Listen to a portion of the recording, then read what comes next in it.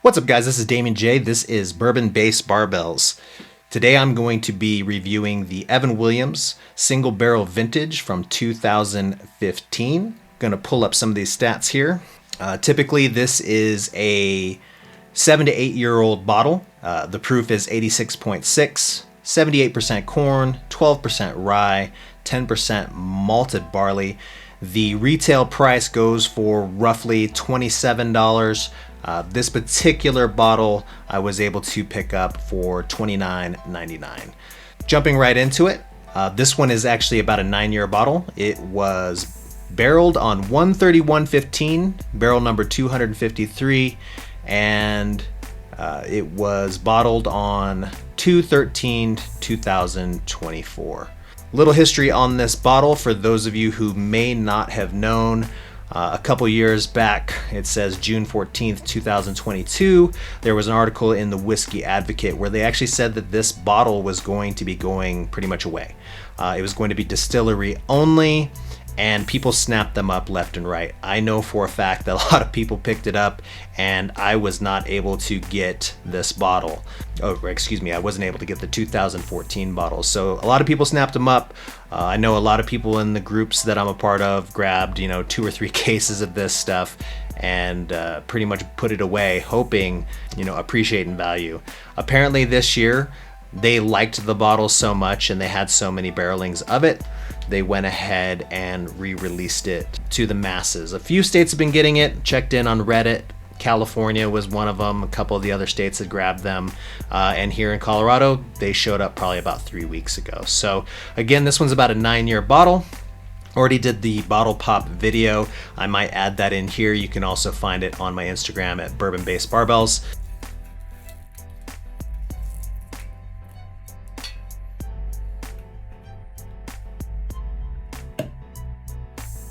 And let's just jump right into it. So, me, big Heaven Hill fan, got a lot of their bottles. If you take a look back over here, there's quite a few Heaven Hill bottles kind of laying around. So, I do like Heaven Hill stuff.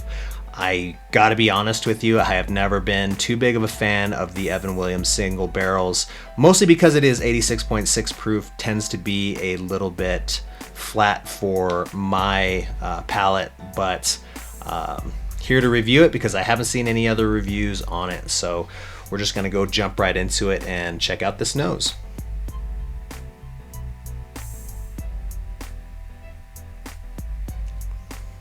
Right off the bat, I can tell it's 86.6 proof. A lot of honey, graham cracker, brown sugar. Then you hit all the notes that my wife likes to call the VOC. There's the vanilla, there's the oak, there's the cherry / caramel, that candy note that you kind of get. It does smell a little bit older, but again, just really kind of mellow, kind of flat.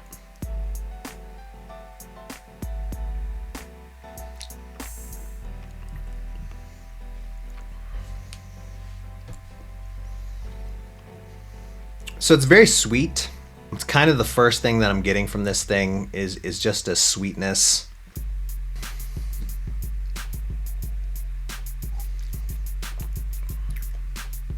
Really goes back to that graham cracker again. Very rare that the palate is much like the nose, in my opinion, but the palate definitely is. So I'm getting graham cracker. I'm getting a little bit of that. It's like a light cinnamon. I wouldn't say that it's crazy. More of that kind of baking spice where you kind of get all of the above when it comes to the spices. So getting a little bit of that. It's really just sweet.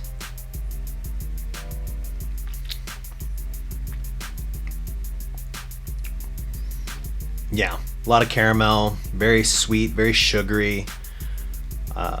Kind of has that flavor in your mouth where if you ever kind of have like a spoonful of sugar, like the song says, It kind of like lingers as far as like the sweet, but kind of dissipates really quickly. So as far as the finish, not much of a finish.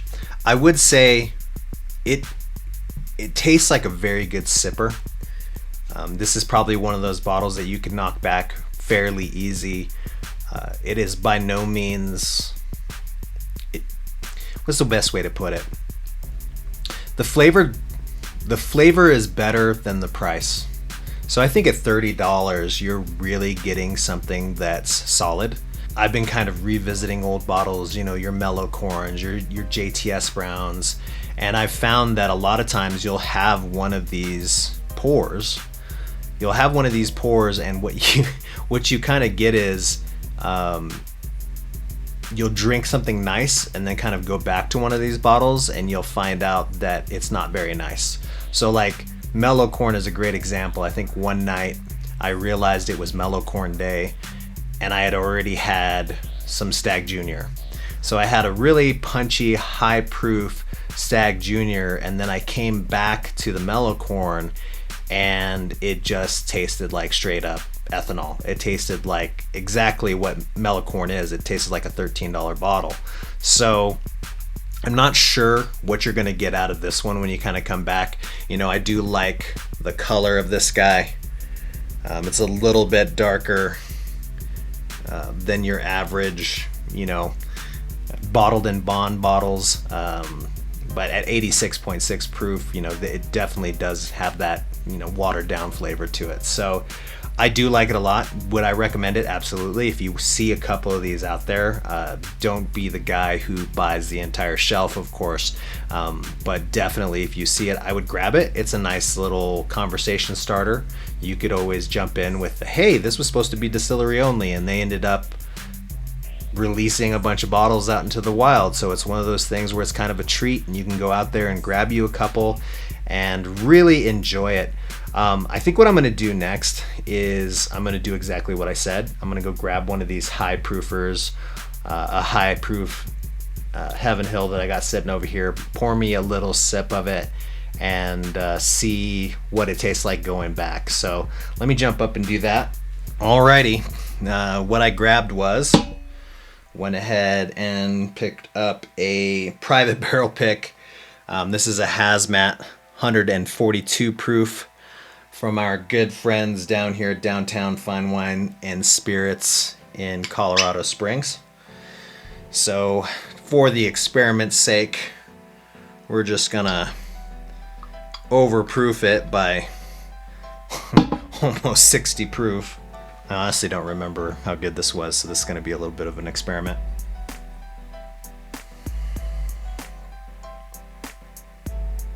It just smells like heat.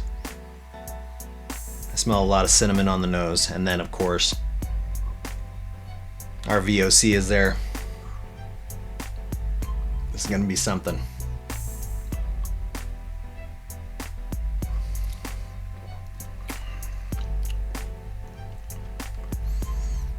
Yeah. Always love me a good barrel proof. I remember this one being a little icky at first, and then it took a little time to get to really like, since it is a Hazmat.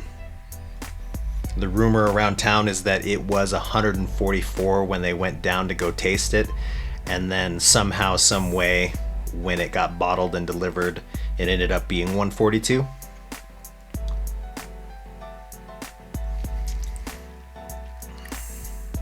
Super punchy, oaky. Can't overstate the oak. I think that was probably the reason why it wasn't one of my more favorite bottles when it came to, you know, some store picks. Ooh, it's got some fire in it though. It's just all oak. Like, it's just all oak. It's oak forward.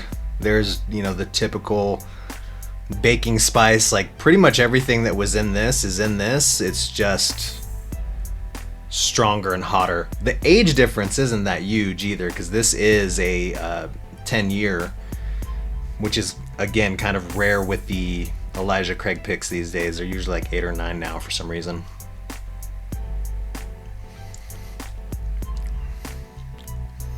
It's just all oak, all cherry.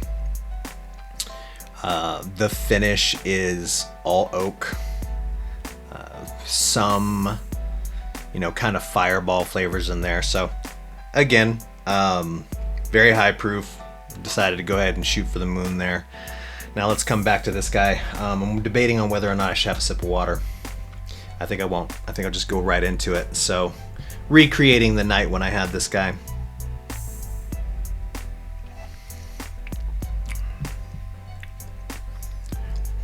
Exactly what I thought. So, never go backwards whenever you're having a tasting or anything like that. I always try to set up my tastings with my friends where I start with low proof and then I kind of build into the higher proofs.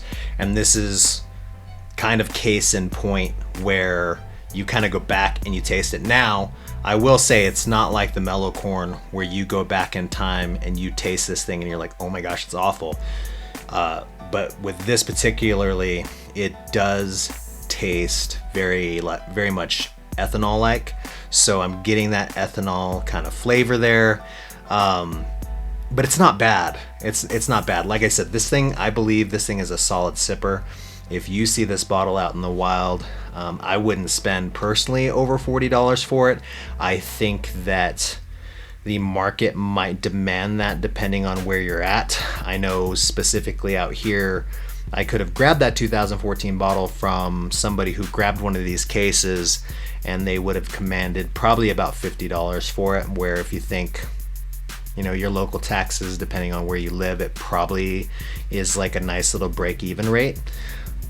Gotta be honest, if you see it out there for more than 40, I wouldn't pick it up. If 50, the old saying goes, bourbon's worth exactly how much you want to pay for it.